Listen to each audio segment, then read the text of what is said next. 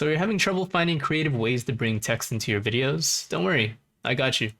Jump into After Effects, start a new composition, make sure it is 24 frames per second, and everything else doesn't really matter. Let's create a solid first, so Control Y to bring up the solids. Let's make it black. So first, type your text. Press Control T to bring up the text tool. Just click anywhere on the screen and type your text. And then press Control and Enter to confirm the text. You can press Control Alt Home to bring the anchor point into the middle, and then press Control Home again to center everything, to bring it into the middle.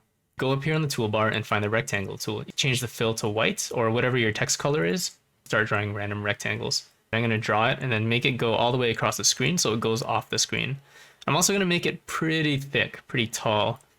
And then we're going to draw another rectangle. This time make it start at a different position so it looks like it's random. This time make it thin.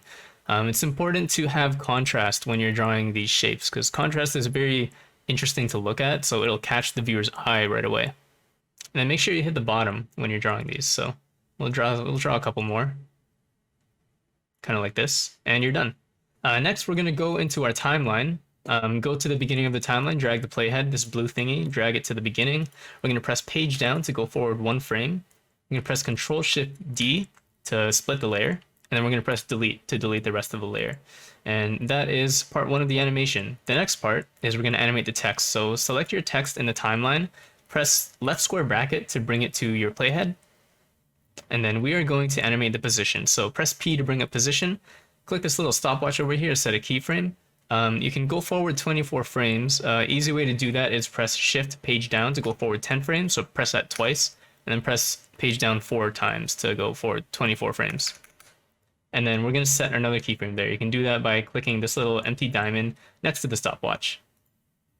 And then we're going to press J on our keyboard to jump back to the first keyframe.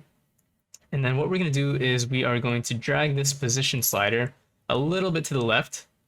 And then we are going to box select these 2 keyframes, press F9 on our keyboard to easily use them, and go into the graph editor. This is probably the hardest part, but it's also really simple. So the graph editor is in the top right of the layer list. Click it and you'll go into the graph editor. And we want to be in the speed graph. You might see this when you start it up, or you might see this. This is the speed graph. This is what we want.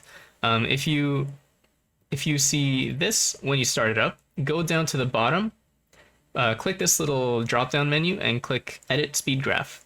Okay, so now that we're in the speed graph, we're going to box select this keyframe on the left side. Take this handle, hold Shift so it doesn't stray away and go up and down.